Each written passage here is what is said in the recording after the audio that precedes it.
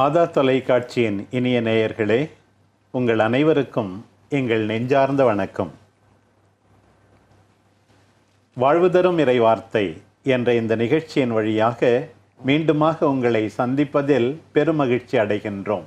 பாஸ்கா காலம் 4வது ஞாயிற்றுக்கிழமையின் இறை வார்த்தைகளை சிந்திக்க நாம் அனைவரும் இங்கே கூடி வந்துள்ளோம். என் ஆடுகள் என் குரலை கேட்கின்றன, என் ஆடுகள் என் குரலை அறிந்து கொள்கின்றன. ஆண்டவர் இயேசுவில் நம்பிக்கை கொள்கின்ற அத்தனை பேரும் அவருடைய வார்த்தையை கேட்க வேண்டும், அதன் வழி தங்கள் வாழ்க்கையை அமைத்து கொள்ள வேண்டும் என்பதுதான் எங்கள் அவா. இன்றைக்கு நற்செய்தி பகுதி நல்ல ஆயன் எவ்வாறு தன் ஆடுகளை அறிகின்றார், ஆடுகள் எவ்வாறு அவரால் பயன்பெறுகின்றன என்று நாம் வாசிக்க கேட்கிறோம். இந்த ஞாயிற்றுக்கிழமை இறை அழைத்தலின் ஞாயிறு என்றும் அழைக்கப்படுகிறது. குருக்கள், துறவரத்தை தேர்ந்து கொள்கிறவர்கள் எல்லாருமே ஒரு விதத்தில் நல்ல ஆயனாகிய ஆண்டவர் இயேசுவின் தலைமை பண்பில் பங்கு பெறுகிறார்கள். அதையும் உணர்ந்து இன்றைய இறைவாக்கு பகுதிகளை சிந்திப்போம். இந்த யோவான் 10ஆம் அதிகாரம் சிறப்பு பெறுவது நல்லாயின் உருவகத்தினால். ஒரு அழகான, அற்புதமான, அதே சமயத்தில் மிகுந்த வலிமை வாய்ந்த ஒரு உருவகம் ஆண்டவர் தன்னை ஆயனாக படம் பிடித்து காட்டுவது தான் அழகான ஒரு செய்தி. நல்ல ஆயன் நானே என்று இந்த பகுதி ஆரம்பிக்கிறது. அதுவும் இந்த ஆயன் ஆடுகள் என்கின்ற அந்த ஓமையானது யூத மக்களுக்கோ இஸ்ராயல் மக்களுக்கோ அறியாத, புரியாத, புதிதான ஒரு ஓமை அல்ல, உருவகம் அல்ல. தொன்று தொட்டு பழைய ஏற்பாட்டினுடைய கால நாட்களிலிருந்து இந்த உருவகம் சொல்லப்படுகிறது. எரேமியா 23ஆம் அதிகாரத்தில் பார்த்தோம் என்று சொன்னால், கடவுள் யாவே இறைவன் தன்னை ஆயனாக, மக்களை வழிநடத்தும் தலைவர்களை ஆயர்களாக சித்தரிக்கிறார். அதே போல மிக அதிகமாய் பேசப்படுகிற எசேக்கியேல் 34ஆம் அதிகாரத்தில் ஆயன் ஆடுகள் பற்றிய உருவகம் ஓமையும் வருகிறது. அதுவும் மிக அழகான ஒரு வலிமையான ஒரு உருவகம், வலிமையான செய்தி. அதே போல் சக்கரே இறைவாக்கு புத்தகம் 9ஆம் அதிகாரத்திலும் ஆயன் ஆடுகள் பற்றிய ஓமையும் உருவகம் அழகாய் சொல்லப்பட்டிருக்கிறது. அந்த வழிவகையில் தான் இன்றைய நற்செய்தி வருகிறது என்பதை நாம் புரிந்து கொள்ள வேண்டும். தொடக்க கால கிறிஸ்தவர்கள் மத்தியில் இது ரொம்ப ஒரு வலுவான நல்ல ஆயன்ற அந்த அவருடைய படம், ஒரு இளைஞன் தோலில் ஆடை போட்டு மேனிக்க ஒரு சின்ன படம் பார்த்திங்கன்னா, நம்ம ரோமையில் இருக்கக்கூடிய கேட்டகோம்ஸில் அங்கே ஒவ்வொரு கல்லறையின் மேலும் அந்த நிறைய இதில் அந்த உருவகங்கள் வரையப்பட்டிருக்கிறது. ரோமில் கேட்டகோம்ஸ் சொல்லி சொன்னோம்னா பூமிக்கு அடியில் ஏறக்குறைய பல மீட்டர் ஆழத்தில், பல கிலோமீட்டர் தொலைவில் ஏறக்குறைய இந்த கலிஸ்டஸ் கேட்டகம் 20 கிலோமீட்டர் தொலைவுக்கு 4 அடுக்குகளை கொண்டதாக சொல்கிறார்கள். அதை பூமிக்கு மேலே ஒரு கட்டடம் கட்டினா, 8 மாடி கட்டடம் கட்டினா எவ்வளோ உயரமாக இருக்குமோ அந்த அளவுக்கு ஆழம் கீழே 4 அடுக்குகளை கொண்டு 20 கிலோமீட்டர் தொலைவு. அங்கே நிறைய ஏறக்குறைய லட்சக்கணக்கான 5 லட்சம் கத்தோலிக்கர்களே அங்கே புதைச்சிருக்கிறாங்க. அதில் எல்லா இதில் முக்கால்வாசி இடங்களில் இந்த நல்ல ஆயனுடைய அந்த படம் வரையப்பட்டிருக்கிறது.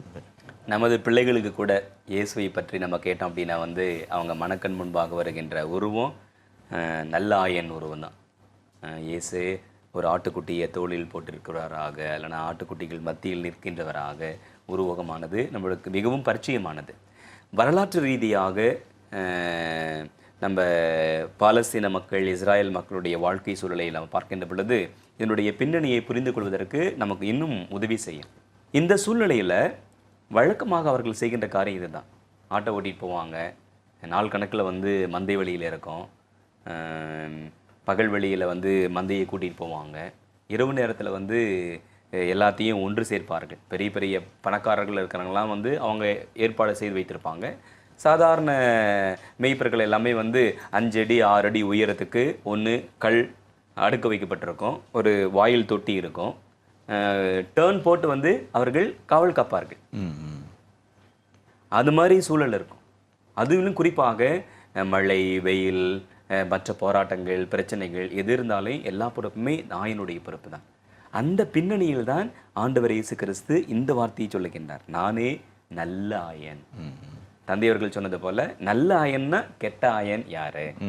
குறிப்பாக இன்றைய பகுதியில் 2 காரியங்கள் என்னுடைய மனசை தொடுகின்றன. ஒன்று, கமிட்மெண்ட் டு த ஃப்ளாக். ஏறக்குறைய 5 முறை அந்த ஆயன் தன்னுடைய ஆடுகளுக்காக உயிரை கொடுப்பதை பற்றி இந்த சிறிய பகுதியிலே பேசப்பட்டிருக்கிறது. கமிட்மெண்ட் டு த ஃப்ளாக் 5 முறை. இன்னொன்று என்னென்னா, அதே போல் த மியூச்சுவல் ரெக்கக்னிஷன், அது இன்னொன்று மிக முக்கியமாக இந்த பகுதியிலே சொல்லப்பட்டிருக்கிறது. ஆயனுக்கு ஆடுகள் தெரிகிறது, ஆடுகளுக்கு ஆயன் தெரிகிறார். அந்த அளவுக்கு இந்த பகுதியில் சொல்லப்பட்டிருக்கிறது. இவை இரண்டுமே மீண்டும் மீண்டும் வலியுறுத்தப்பட்டிருப்பதை இந்த பகுதியில் நாம் பார்க்கிறோம். அதில் ஆரம்பமே ஒரு மகத்தான கிராண்ட் பிகினிங் அப்படின்னு சொல்கிற மாதிரி, நானே நல்ல ஆயன்றாரு. இந்த ரெய்மண்ட் ப்ரான் என்கின்ற உலக புகழ்பெற்ற விவிலிய பேரறிஞர், யோவான் நற்செய்திக்கு அவர் தலை சிறந்த பேராசிரியர். அவர் சொன்னது நல்ல ஆயன் அப்படின்றது இந்த கிரேக்க வார்த்தை காலோஸ் அப்படின்ற கிரேக்க வார்த்தை. அதுக்கு சொல்லுவார் model shepherd, perfect shepherd, beautiful shepherd அப்படின்னு அர்த்தம் கொள்ளலாம். அப்போ இயேசுவை தன்னை ஒரு மாடலான ஒரு ஆயனாக தன்னை படம் பிடிக்கிறார். அது ஒரு இது. அதுவும் ஃபாதர் சொன்ன அந்த 2 கருத்தில் இன்னும் ஒரு சின்ன கருத்தையும் சேர்த்து விரும்புகிறேன். ஒன்று நல்லாயன் தன் ஆடுகளுக்காக உயிரை கொடுக்கிறான். 2வது நல்லாயன் ஆடுகளை அறிந்திருக்கிறான். ரொம்ப அழகாக பர்சனலாக ஆடுகளை அறிஞ்சிருக்கிறான்ன்றது. 3வது ஆடுகளும் ஆயனை அறிந்திருக்கிறது, என் குரலுக்கு செவி கொடுக்கின்றன அப்படின்னு சொல்லி சொல்கிறாங்க. அந்த நல்லாயன் தன் ஆடுகளை அறிந்திருக்கிறான்றதுக்கு ஒரு சின்ன பிபிலி விண்ணல் பார்க்கணும். அத்தி மரத்தில் ஏறி ஆர்வமாய் தேடிய ஆட்டை ஆயன் கண்டுகொண்டார். சக்கேவை இறங்கிவான்னு பெயர் சொல்லி அழைக்கிறார். கல்லறை தனக்காக தன்னை நேசித்த ஒரு ஆடாகிய லாசர் கல்லறை 4 நாட்கள் தூயில் கொண்டிருந்த பொழுது அவனுக்காக அழுகிறார். அதே போல கல்லறை தோட்டத்தில் ஆயனை தேடி ஒரு ஆடாகிய மதலின் மரியாளை மரியே என்று பெயர் சொல்லி அழைக்கிறார்.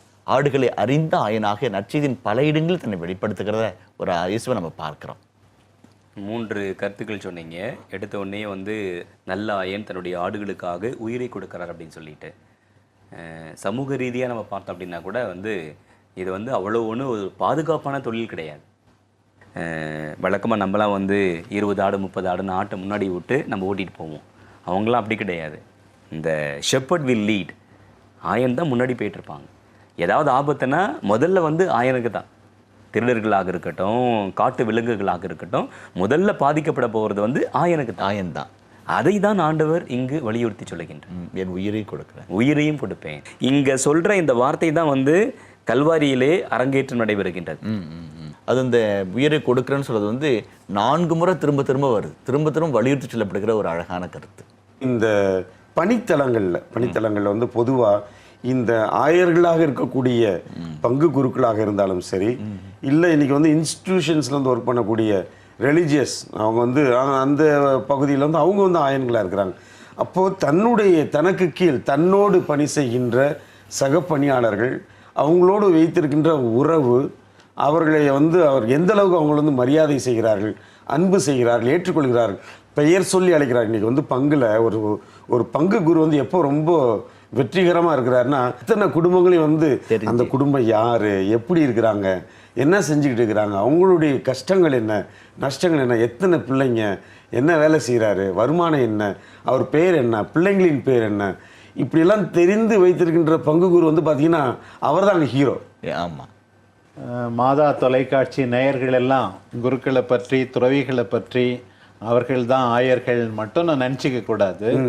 இந்த எர்மஸ் ரோங்கி என்ற மரியாயின் சபையை சார்ந்த ஒரு இத்தாலிய குருவானவர் சொல்லுகிறார், each believer is a shepherd of a minimum flock என்று சொல்லுகிறார். மிக அழகாக சொல்லுகிறார். நம்முடைய தொலைக்காட்சியின் நேயர்கள் கூட ஒரு சிறு கூட்டத்துக்கு ஆயர்களாக இருக்கிறார்கள். ஒரு குடும்ப தலைவர் என்றால், குடும்ப தலைவி என்றால், ஒரு ஆசிரியர் என்றால் எல்லாருமே ஆயர்களாக இருக்கிறார்கள். ஆண்டவர் இயேசுவின் அர்ப்பணமும் தியாக வாழ்வும், தன்னையே தன்னுடைய மக்களுக்காக தன்னிடம் ஒப்படைக்கப்பட்டவர்களுக்காக கொடுக்கிற தியாகத்தன்மையோடு அவர்கள் தங்கள் தலைமைத்துவ பணியை செய்ய வேண்டும் என்பதையும் நம்முடைய நேயர்கள் புரிந்து கொள்ள வேண்டும். நீங்கள் ஒவ்வொருவரும் ஆயர்கள் என்று. நல்ல ஆயனா கூலிக்கு மேய்க்கிறோன்னா, கூலிக்கு மேய்க்கனுடைய பண்புகள்லையும் ஆண்டவர் பட்டியலிட்டு சொல்றார். கூலிக்கு மேய்க்கிறவனுக்கு அக்கறை இருக்காது. கூலிக்கு மேய்க்கிறவன் ஆடுகளை அறிஞ்சிருக்க மாட்டான். கூலிக்கு மேய்க்கிறவன் ஆடுகளுக்கு ஆபத்து வரும்போது ஓடி போவான். இது 3ம் கூலிக்கு மேய்ப்பர்கள். யார் இந்த கூலிக்கு மேய்க்கிறவர்கள்? அவங்க அடிமைகளோ வேலைக்காரங்களோ கிடையாது, கேஷுவல் லேபரர்ஸ். ஒரு நாளைக்கு ஒரு 20 திராக்மா கொடுத்தாக்க அந்த நாள் ஃபுல்லாக ஆடுகளை பார்த்துக்குவார். அவருக்கு தான் ஆடுகளுக்கும் அதுக்கும் ஒரு பர்சனல் அஃபெக்ஷனோ பர்சனல் ரிலேஷனோ இல்லை, தெரியாது, புரியாது. அதனால் கூலிக்கு மேய்க்கிறவன் ஆடுகள் மீது அக்கறை இல்லாமல் இருப்பான். இப்போ நம்ம இன்னைக்கு கேட்க வேண்டிய ஒரு கேள்வி, ஒவ்வொருத்தரும் ஆயர்னு ஃபாதர் அழகாக சொன்னாங்க. அப்போ நீங்கள் கூலிக்கு மேய்ச்சிக்கிட்டு இருக்கிறீங்களா, ஆண்டவருக்காக மேய்ச்சிட்டு இருக்கிறீங்களா? அந்த ஒரு கேள்வி நம்ம கேட்கணும். கண்டிப்பா. ஒரு அப்பா ஒரு அம்மா பிள்ளைகளின் மட்டில் கருத்தாய் இருக்க வேண்டும். அதாவது போலீஸ் வேலை பார்க்கணும்னு தேவையில்லை. பிள்ளைகள் மீது இருக்கின்ற அக்கறை, அன்பு, உண்மையிலேயே அப்பா வந்து தன் பிள்ளைகள் மீது, அம்மா வந்து தன் பிள்ளைகள் அக்கறையாக இருக்கும்போது அப்பா என்ன சொன்னாலும் பிள்ளைங்க வந்து உடனே வந்து ஏற்றுக்கிறாங்க. ஏன்னா எங்கள் அப்பா வந்து சும்மா சாதாரண அப்பா கிடையாது. அந்த மாதிரியான ஒரு உறவு நிலை, அதுதான் வந்து உண்மையான ஒரு உறவு நிலை. மற்றவர்கள் நம்மிடம் சொல்ல வேண்டும் என்பதில்லை. ஆண்டவர் இயேசு சீடர்களை பார்த்துவிட்டு அவர்கள் உண்ணவில்லை, அவர்கள் களைத்து போயிருக்கிறார்கள் என்பதை அவராகவே உணர்ந்து கொண்டு தனியே வந்து இளைப்பாருங்கள் என்று இத்தகைய அக்கறை பிள்ளைகளை பற்றி, உடன் இருப்பவர்களை பற்றி தெரிந்து கொள்ளாமல் நாம் ஆண்டவருடைய சீடர்களாக இருக்க முடியாது என்பதை இந்த பகுதி மிக அழகாக சொல்லுகிறது. நமது திருத்தந்தை அவர்கள் வந்து ஆயன் மந்தையை பற்றி சொல்லும் பொழுது, ஆயன் வந்து மந்தையினுடைய அந்த அந்த வாசனை அறிந்தவனாக ஷீப் அப்படின்னு சொல்லி சொல்லுவார். அது வந்து ஒரு சாதாரண விஷயம் கிடையாது. அது வந்து சொன்னதில்லை. குழந்தை பிள்ளைங்க ரெடியாகி வெளியே வரத்துக்குள்ள அப்பா வேலைக்கு போயிட்டு இருப்பாரு. அப்படி திரும்பி வரத்துக்குள்ள இவங்க வந்து தூங்கிடுவாங்க. நிறைய நேரத்தில் வந்து பிள்ளைக்கு நல்ல சோறு போட்டால் போதும், நல்ல ட்ரெஸ் வாங்கி கொடுத்தா போதும். உண்மையாகவே பிள்ளையை அறிகின்றீர்கள் என்றால் அவங்களுக்கு நேரம் ஒதுக்குவீங்க, அவங்களோட இருப்பீங்க, அவங்களோட பேசுவீங்க, அவங்களோட உறவாடுவீங்க, அவங்களுடைய சுக துக்கங்களில் பங்கெடுப்பீங்க. முகத்தை பார்த்தாவே தெரியும் இல்லைங்களா? பிள்ளை வந்து சந்தோஷமா இருக்கா இல்லையா, கவலை இருக்குதா, பயம் இருக்குதா, தப்பு பண்ணிருச்சா அப்படிங்கிறது வந்து ஒரு நல்ல தாய், நல்ல தந்தை மகன் மகளுடைய முகத்தை பார்த்தாலே தெரிந்து கொள்ள வேண்டும். அதுக்கெல்லாம் நேரமே இல்லை. அதில் 2வது பகுதிக்கு போனோம்னாக்க அழகாது, என் ஆடுகள் என் குரலுக்கு செவி கொடுக்கின்றன, என் ஆடுகளும் என்னை அறிந்திருக்கின்றன. அந்த 2வது பகுதியும் வந்து நம்ம பார்க்கணும். அதுவும் ஒரு முக்கியமான ஒரு கருத்து. இதுக்கு வந்து ஒரு விவிலி பின்னணி, நான் கலாச்சார பின்னணி, கல்ச்சுரல் ஆந்த்ரோபாலஜி சொல்கிறேன். அதுக்கப்புறம் நான் ஒரு சிந்தனைகளை முன்வைப்போம். இப்போ வந்து என் ஆடுகள் என் குரலுக்கு செவி கொடுக்கின்றன அப்படின்னு சாமி சொல்கிறாரு. இதுக்கு வந்து ஒரு பேக்ரவுண்ட் இருக்குது. என்ன பேக்ரவுண்டுனாக்க, இப்போ உங்களுக்கு ஒரு 50 ஆடு, ஃபாதருக்கு ஒரு 50 ஆடு, எனக்கு ஒரு 50 ஆடு. தனியாக பட்டி போட்டு வைக்கிறது என்கிட்ட காசு இல்லை. என்ன பண்ணுவோம், நம்ம 3 பேரும் கூட்டு சேர்ந்து ஒரு பட்டி போடுவோம். பட்டி போட்டு அது வேலி போட்டு நைட்டில் தங்க வைக்கிறதுக்கு அது போடுவாங்க. சாயங்காலத்தில் மேய்ச்சிட்டு சாயங்காலம் வந்து அனுப்பாங்க. ஏன் 50 ஆடு, உங்கள் 50 ஆடு, உங்கள் 50 ஆடு எல்லாம் ஒன்றா போயிடும். மேலே ஒரு கூடம் இருக்கும், பனிக்கு வெயிலுக்கு இதெல்லாம் கூடம் இருக்கும். அடுத்த நாள் காலையில் ஆட்டை ஓட்டிட்டு போகும்போது என்ன பண்ணுவேன், ஆட்டு வாசப்பட்டில் உட்காந்துட்டு நான் சத்தம் கொடுப்பேன். புரு புரு புரு புருன்னு சத்தம் கொடுக்குறது. நீங்கள் ஒரு பக்கம் சொல்லுவீங்க, நீங்கள் ஒரு பக்கம் சொல்லுவீங்க. அந்த ஆடு வந்து என் குரலை கேட்டு என் பின்னாடி வந்து நிற்கும். உங்கள் ஆடுங்க உன் பின்னாடி போய் நிற்கும். உங்கள் ஆடுங்க உங்கள் பின்னாடி. என் ஆடுகள் என் குரலுக்கு செவி கொடுக்கின்றன, என் குரலை தெரிஞ்சுக்குது, என் பின்னாடி வருது. அதான் என்னுடைய பேக்ரவுண்டு. இஸ்ராயல் நாட்டில் இதான் அன்றாடம் நடக்கிற செய்தி. இதனுடைய பின்னணி தான் சாமி சொல்கிறாரு, என் ஆடுகள் என் குரலுக்கு செவி கொடுக்கின்றன அப்படின்றது. சாமியை அறிஞ்சிக்கிறதும் வந்து நாம் அவருடைய குரலுக்கு செவி கொடுக்கறதும் ஒன்று. ரொம்ப அழகான ஒரு கருத்து. அது ஒன்று. நல்ல ஆயனை பற்றி சிந்தித்தோம். நல்ல ஆயனுக்கு ஆடுகள் செவி கொடுக்கின்றன. செவி கொடுக்கின்றவர்கள் தான் உண்மையாகவே ஆயனை ஏற்றுக்கொள்கிறவர்களாகவும் இருக்கின்றனர். ஒரு பக்கம் பார்த்தால் ஆயனுடைய அக்கறை, ஆயனுடைய தனிப்பட்ட அறிவு ஆடுகளை பற்றி, இன்னொரு பக்கம் பார்த்தால் ஆடுகளும் ஆயனுக்கு செவி கொடுப்பது. இப்படி நல்ல ஆயனாகிய கிறிஸ்து எவ்வளவு வல்லமை மிக்கவராக இருக்கிறார், அவரால் தான் நமக்கு மீட்பு உண்டு என்பதை இன்றைய முதல் வாசகம் மீண்டுமாக தெளிவுபடுத்துகிறது. உயர்த்த ஆண்டவர் வல்லமை மிக்கவர், உயர்த்த ஆண்டவர் அற்புதங்களை செய்பவர், உயர்த்த ஆண்டவர் எல்லாருக்கும் நல்லது செய்பவர் என்பதை பற்றி இன்றைய முதல் வாசகம் சொல்வதை சற்று சிந்திப்போம். இன்றைய முதல் வாசகம் வந்து போன வாரத்தினுடைய தொடர்ச்சியாக கூட நம்ம எடுத்துக்கலாம். போன வாரத்தில் நம்ம என்ன பார்த்தோம், அந்த சாலமோன் மண்டபத்தில் கூடின மக்களுக்கு அந்த புதுமையை கண்டு, கால் விளங்காதனுடைய குணமாக்குதலை கண்டு வியந்து போன அந்த மக்களுக்கு ராயப்பர் பேசுகிறாரு. அந்த புதுமையினால் வந்த விளைவுகளை கண்ட தலைமைச் சங்கத்தினரும் குருக்களும் எந்த அதிகாரத்தினால, 4ஆம் அதிகாரம் 7ஆம் வசனத்தில் கேட்குறாங்க, எந்த அதிகாரத்தினால அல்லது யாருடைய பெயரால் நீங்கள் இதை செஞ்சீங்க அப்படின்னு சொல்லி ஒரு விதம் வைக்கிறாங்க. அதுக்கு பதிலாக ராயப்பர் பேசுகிற பேச்சை தான் வந்து முதல் வாசகனுடைய பதிலாக நம்ம பார்க்குறோம்.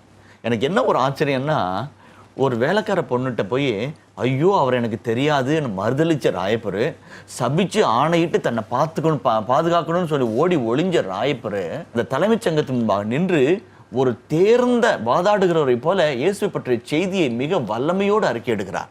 அந்த உயிர்ப்பின் ஆண்டவருடைய வல்லமை அவருடைய செயலாற்றுகிறதையும் அவர் அறிக்கை எடுக்கிற அந்த வார்த்தைகளிலும் தெளிவாகிறத நம்ம பார்க்குறோம். இயேசுவுக்காக நீங்கள் சொன்னது போல் ஃபஸ்ட்டில் தயக்கப்பட்டவர், பயப்பட்டவர், மறுதளித்தவர் எல்லாவற்றையும் ஏற்றுக்கொள்ள தயாராக இருக்கிறார். அதனால தான் எடுத்த உடனே நாசரேத்து இயேசுவின் பெயரால் இவர் நலமடைந்து நம்முடன் நிற்கிறார். இது உங்கள் எல்லாருக்கும் இஸ்ராயல் மக்களுக்கும் தெரிந்திருக்கட்டும். இந்த சூழ்நிலையில் நீங்கள் எந்த விசாரணை செஞ்சாலையும் நாங்கள் ஏற்றுக்கொள்ள தயாராக இருக்கிறோம். நீ என்ன கேள்வி கேளுங்க, பதில் மொழி சொல்ல நாங்கள் தயாராக இருக்கிறோம். இயேசுனுடைய இறப்பு உண்மை, அதை போலவே அவர் மெசியா மீட்பர், அதனால் தான் இறைவன் அவரை மீண்டுமாக உயிர்த்தெழச் செய்தார். அதற்கு நாங்கள் சாட்சி, அதற்கு நீங்களும் சாட்சி. உங்களால் வெறுத்து ஒதுக்கப்பட்டவராக இருக்கலாம், இகழப்பட்டவராக இருக்கலாம், துன்புறுத்தப்பட்டவராக இருக்கலாம். ஆனால் அந்த இயேசுதான் இன்றைக்கு நம்ம எல்லாருக்கும் மீட்பர். அவரால் தான் மீட்பு உண்டு, வேறு யாராலும் மீட்பு கிடையாது. அவருக்குத்தான் எப்பெயருக்கும் மேலான பெயர். எல்லா புகழும் அவருக்கே. அவர் ஒருவரால் தான் நமக்கு மீட்பு. நீங்க வேண்டுமானால் அவர்கள் சாதாரணர் என்று நினைத்துக் கொள்ளலாம், அப்படி கிடையாது என்பதை திட்டவட்டமாக பேதுரு இங்கே அறிவிக்கிறார் பாருங்க. அந்த பேதுரு சொல்றதுல ரெண்டு அழகான கருத்து, நீங்க சொன்ன கருத்தோட ஒரு சின்ன இன்னொரு கருத்தையும் பதிவு செய்ய விரும்புகிறேன். அதில் நீங்கள் அவரை சிலுவையில் அறிந்தீர்கள், ஆனால் கடவுள் அவரை உயிர்ப்பித்தார். இந்த ஒரு செய்தி பேதுருனுடைய உரைகளிலும் அவருடைய பதில்களிலும் அடிக்கடி சொல்லப்படுறது. இப்போ எந்த வல்லமையால செஞ்சீங்க அப்படின்னு சொல்லி கேட்ட கேள்விக்கு அவர் என்ன சொல்லியிருக்கணும்? ஐயோ சாமி எங்களுக்கு தெரியாதப்பா அப்படின்னு ஏதோ ஒன்று சொல்லி மழுப்பியிருக்கலாம், மறுப்புரை சொல்லியிருக்கலாம், அது எதிர்வாதம் வச்சிருக்கலாம். அதெல்லாம் அவருடைய பொறுத்து இல்லை. இயேசு மரித்தார், கடவுள் அவரை உயிர்ப்பித்தார், நீங்கள் அவர் சிலுவையில் அறிந்தீர்கள். அந்த கெரிக்மா தான் அவருடைய மைய செய்தியாக இருக்குது. வராயப்பர் ஒரு அறிவிப்பு செய்கிறார், விசுவாச அறிக்கை செய்கிறார். அது நல்ல கருத்து. அதில் ரெண்டாவது வருகின்ற கருத்து இந்த இயேசு யார் என்பதை ஒரு அழகான பழைய ஏற்பாட்டு பின்னணியில் பேதுரு விளக்குகிறார். என்னது? நீங்கள் கட்டுவோர் விளக்கிய கல்லாகிய இந்த இயேசுவே வீட்டுக்கு மூளைக்கல்லாய் அமைந்தார். இயேசு வீட்டின் மூளைக்கல் என்று சொல்லப்படுகிற இந்த ஓமை எங்கிருந்து வருது அப்படின்னாக்க திருப்பாடல் 118:22 வருது. கட்டுவோர் விளக்கிய கல்லே வீட்டிற்கு மூளைக்கல்லாய் ஆயிற்று. இயேசுவை மூளைக்கல்லாக புதிய ஏற்பாடு பல இடங்களில் சித்தரித்து சொல்லுகிறது. அதுவும் பாருங்க, லூக்கா 17 அதிகாரத்தில் கொடிய குத்தரைக்காரருடைய ஓமையில் சொல்லும் பொழுது இயேசுவை மூளைக்கல்லாக குறிப்பிட்டு சொல்றாரு. பேதுரு தன்னுடைய முதல் கடிதத்தில் 2 அதிகாரம் 4 இயேசுவை மூளைக்கல்லாக குறிப்பிட்டு சொல்கிறார். இப்படி பல இடங்களில் இயேசுவை மூளைக்கல்லாக, இந்த கார்னர் ஸ்டோன் என்று குறிப்பிட்டு சொல்கிறார்கள். அந்த ஒரு கருத்தை மீண்டும் எடுத்து அந்த திருப்பாடலுக்கு ஒரு மெசியானிக் இன்டர்பிரேஷன், மெசியா சார்ந்த ஒரு கருத்தை கொடுத்து இயேசுவே இந்த மூளைக்கல் என்று வலியுறுத்தி சொல்கிறார். திருப்பாடல்களில் ஏறக்குறைய 6 அல்லேலூயா பாடல்கள் என்று சொல்லலாம். இயேசுனுடைய இறப்பு உயிர்ப்பை சுட்டி காட்டுகின்ற பாடல்கள் இருக்கின்றது. நம்ம இந்த பாஸ்கா காலங்களில் இந்த திருப்பாடல்களை நாம் அடிக்கடி பயன்படுத்துகின்றோம். அதனுடைய மைய செய்தி இதுதான்: எவராலே அன்றி வேறு எவராலும் மீட்பு இல்லை. ஏனென்றால் நாம் மீட்பு பெறுமாறு வானத்தின் கீழ் மனிதரிடையே இவரது பெயரன்றி வேறு எந்த பெயரும் கொடுக்கப்படவில்லை.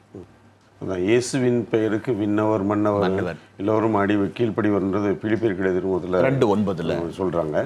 அதே மாதிரி அந்த இயேசுடைய பெயரை நம்ம உச்சரிக்கணும்னா கூட நமக்கு ஆவியாருடைய வல்லமை இல்லாம அவரை திருநாமத்தை நம்மளால் உச்சரிக்க முடியாது அப்படின்றது பவுலடியார் நமக்கு சொல்றாரு. அப்போ அவருடைய பெயருக்கு இருக்கக்கூடிய மகிமை, மாட்சிமை, வல்லமை எவ்வளவு அற்புதமானது, அதை நம்ம உணர்ந்தாலே போதும். கோழையா இருந்த பேதுரு பெரிய மாவீரராக மாறுறாரு. ஓடி ஒதுங்கி மறைஞ்சு நின்ன பேதுரு எல்லாருக்கும் முன்னாடி நாங்கள் கண்ணால் கண்டதையும் காதால் கேட்டதையும் தொட்டு உணர்ந்ததையும் எங்களால் சொல்லாமல் இருக்க முடியாதுன்னு சொல்லி தைரியமாக சொல்றாரு. வாழ்வு முடியும் போது கிடைக்கிற மீட்பு மட்டுமல்ல இயேசுவால் வருவது, அதை நோக்கித்தான் நாம் எல்லாரும் புகன்றோம். அதைவிட இன்றைக்கு நம்முடைய நேயர்கள் கூட எத்தனையோ பேர் உடலிலும் உள்ளத்திலும் நோய்வாய்ப்பட்டிருக்கிறார்கள். எவ்வளவோ பேர். Jesus alone can heal us physically and spiritually என்றும் நாம் இந்த பகுதியிலிருந்து கற்றுக்கொள்ள முடியும். அதே போல் உள்ளத்தில் எவ்வளோ நோய்கள், கவலைகள் உள்ள அத்தனை பேருக்கும் பேதுரு இயேசுவால் தான் உனக்கு நலம் கிடைக்கும் என்று திட்டவட்டமாக சொல்வதாகவும் இந்த பகுதியை நாம் எடுத்துக்கொள்ளலாம். இயேசுவின் நாமத்தை உச்சரித்து சுகம் பெற்றுக் கொள்ளுகின்ற, விடுதலை பெற்றுக் கொள்ளுகின்ற சகோதர சகோதரிகள் ஆயிரக்கணக்கில் இன்றும் இருக்கின்றார்கள். தவக்காலத்தில் எங்கள் வீதிகளில் ஒரு லஞ்சம் வாங்குவன் கிறிஸ்துவன் அல்ல, நீதிக்கு குரல் கொடுக்காதவன் கிறிஸ்துவன் அல்ல, இரத்த தானம் செய்து உயிரை காப்பாற்ற விரும்பாதவன் கிறிஸ்துவன் அல்ல அப்படின்னு எழுதியிருக்காங்க. படிக்கல கொஞ்சம் ஃபேன்சியாக சினிமேட்டிக்காக தெரிஞ்சது, ஆனால் அதில் ஒரு பெரிய ஆழ்ந்த அர்த்தம் இருக்குது. இயேசுவின் நாமத்தை எப்படி நம்ம அறிக்கையிடுவோம்? எவருக்கிடுவோம்? வாழ்கின்ற இடங்களில், செய்கின்ற பணித்தலங்களில் சாட்சிய வாழும் பொழுது லஞ்சம் வாங்காமல், அநீதிக்கு துணை போகாமல், பொய் சாட்சி சொல்லாமல், இதெல்லாம் நம்ம செய்யும் பொழுது இயேசுவினுடைய பெயரை நம்ம அறிக்கையிட்டே இருக்கிறோம் இல்லைங்களா? அதுதான் நம்முடைய அழைப்பு. அந்த அழைப்பை தான் வந்து ராயப்பர் அழுத்தம் திருத்தமாக சொல்கிறார். அந்த நாமத்தில் வருகின்ற மீட்பை பெற்றுக்கொள்ளுங்கள், மீட்பின் வாழ்க்கை வாழுங்கள் அப்படின்னு சொல்கிறார். உலக போக்கில் வேண்டுமானால் இப்படி நற்செய்தி மதிப்பீடுகளை, விழுமியங்களை நாம் பற்றி கொள்ளும் போது உலகத்திற்கு நாம் வெறுத்து ஒதுக்கப்பட்ட கல்லாக இருக்கலாம். ஆனால் ஆண்டவர் முன்னிலையிலே நாம் மூளைக்கல்லாக மாறுவோம் எப்போது ஆண்டவரை பின்பற்றும் போது, தந்தைக்கு பிரமாணிக்கமாக அவருடைய விருப்பத்தை செய்யும் போது என்று நாம் இந்த பகுதியிலிருந்து வெறுத்து ஒதுக்கப்பட்ட கல், வேண்டாம் என்று புறக்கணிக்கப்பட்ட கல் மூளைக்கல்லானது போல நம் ஆண்டவரை பின்பற்றும் போது நாம் எப்போதுமே மூளைக்கல் தான் என்று நாம் பெருமைப்படலாம். இன்றைய இரண்டாவது வாசகம் யோவான் எழுதிய முதல் திருமுகத்திலிருந்து 2 வசனங்கள் 3ஆம் அதிகாரத்திலிருந்து நமக்கு கொடுக்கப்பட்டுள்ளன. அந்த பகுதியும் நாம் சிந்திக்கின்ற இந்த கருத்துக்களோடு மிகவும் இணைந்து செல்கிறது. அதன் பின்னணியை சற்று கேட்போம். யோவானுடைய செய்தியை வந்து அன்பின் செய்தின்னு சொல்லி பார்த்தோம். இப்போ அந்த அன்பினுடைய விளைவு என்னவா இருக்குது என்றது, இப்போ அந்த ஒரு பொருளுக்கு வந்து லேபிள் ஓட்டுறாங்க, ப்ரைஸ் டேக் லேபிள் ஓட்டுறாங்க. அதே மாதிரி இந்த 2ஆம் வாசகத்துக்கு அழகான ஒரு லேபிள் ஓட்டுறாரு யோவான். நாம் கடவுளின் பிள்ளைகள், we are the children of God. அந்த ஒரு வார்த்தையை ஒரு அரை மணி நேரம் பேசலாம். எவ்வளோ அழகான identity. who are we we are the children of God. அந்த ஒரு அழகான செய்தி. அதுவும் வந்து அதில் ஒரு விவிலிய பின்னணியில் ஒரு வார்த்தை டெக்னிக்கலான ஒரு விஷயம் இருக்குது. பவுலடிகளார் வந்து நாம் கடவுளின் பிள்ளைகள் அப்படின்னு சொல்லும் பொழுது ஹுயோஸ் அப்படின்னு ஒரு வார்த்தையை பயன்படுத்துகிறார். ஹுயோஸ் அப்படின்னு. ஹுயோஸ்னா மக்கள் அப்படின்னா. இது எப்படிப்பட்ட மக்கள்னாக்க அடாப்டட் சில்ட்ரன், தத்தெடுக்கப்பட்ட, வாரிசு எடுக்கப்பட்ட பிள்ளைகள். ஆனால் யோவான் அதே வார்த்தை, இந்த மகன் பிள்ளைகள்ன்றதுக்கு வார்த்தை பயன்படுத்தும் போது டெக்னோன் அப்படின்ற ஒரு வார்த்தையை பயன்படுத்துகிறார். குழந்தைகள், பெற்றெடுத்த பிள்ளைகள், பாசத்துக்குரிய பிள்ளைகள், அப்பாவை போல பிள்ளை, அம்மாவை போல பிள்ளை அப்படின்னு அந்த வார்த்தையை பயன்படுத்துகிறார். இந்த பர்சனல் லவ்விங் ரிலேஷன். நாம் கடவுளின் பிள்ளைகள், பெற்றெடுத்த பிள்ளைகளாக இருக்கிறோம். ஏதோ தத்தெடுக்கப்பட்ட, வாரிசாக்கப்பட்ட பிள்ளைகள் அல்ல, பெற்றெடுத்த பிள்ளைகள், இயேசுவின் ரத்தத்தினால் விலையாக கொடுத்து பெற்றுக்கொள்ளப்பட்ட பிள்ளைகள் அப்படின்ற ஒரு கருத்தை அழகாக சொல்கிறார். எல்லாருமே ஆயனா இருந்தாலும் ஆடுகளா இருந்தாலும் நாம் எல்லாரும் சமமானவர்கள் என்பதை சொல்லும் விதத்தில் நாம் எல்லாரும் கடவுளுடைய பிள்ளைகள். பிஷப்பும் கடவுளுடைய பிள்ளை தான், சாமியாரும் கடவுளுடைய பிள்ளை தான், குருவும் கடவுளுடைய பிள்ளை தான், சிஸ்டரும் கடவுளுடைய பிள்ளை தான். எல்லா நம்புவோரும் கடவுளுடைய பிள்ளைகள். அதில் தான் நம்ம எல்லாருக்கும் பெருமை. அந்த பையன் சொன்னதில் அர்த்தம் உண்டு. அவன் வந்து வேடிக்கையாக சொன்னாலும் சரி, தெரியாமல் சொன்னாலும் சரி, அர்த்தம் உண்டு என்பதை இங்கே யோவான் மிக தெளிவாக காட்டுகிறார். நாம் எல்லாரும் கடவுளுடைய பிள்ளைகள். அதுதான் நமக்கு மகிழ்ச்சி அளிப்பது. இது மிகப்பெரிய செய்தி. ஆனால் பல சூழ்நிலைகளில் இதை நம்ம உணர்வது கிடையாது. கடவுள் வந்து நம்ம ஒவ்வொருவரையும் தனித்தனியாக நேசிக்கிறார், அன்பு காட்டுறார், நம்ம எல்லாரையும் சமமாக பார்க்கிறார். தந்தையவர்கள் சொன்னது போல யாராக இருந்தாலும் சரி, எல்லாருமே கடவுளுடைய பிள்ளைகள். எல்லாரையும் ஆண்டவர் அன்பு செய்கிறார். ஆனால் இதுக்கே உரிய நம்முடைய கடமைகளும் பொறுப்புகளும் உண்டு. நம்ம இதனுடைய தலைப்பு பார்த்தோம் அப்படின்னா வந்து கடவுளின் பிள்ளைகளும் அழகையின் பிள்ளைகளும். நாம் கடவுளின் பிள்ளைகளாய் இருக்கிறோம். இனி எத்தன்மையராய் இருப்போம் என்பது இன்னும் வெளிப்படவில்லை. ஆனால் அவர் தோன்றும் பொழுது நாமும் அவரை போல இருப்போம். இந்த மனித தோற்றமே வந்து கடவுளின் சாயல்னு சொல்லி பழைய ஏற்பாட்டில் நம்ம முதலாதிகாரத்தில் வந்து வாசிக்கிறோம். தொடக்க நூலில் வந்து வாசிக்கிறோம். நாம் கடவுளின் சாயல்.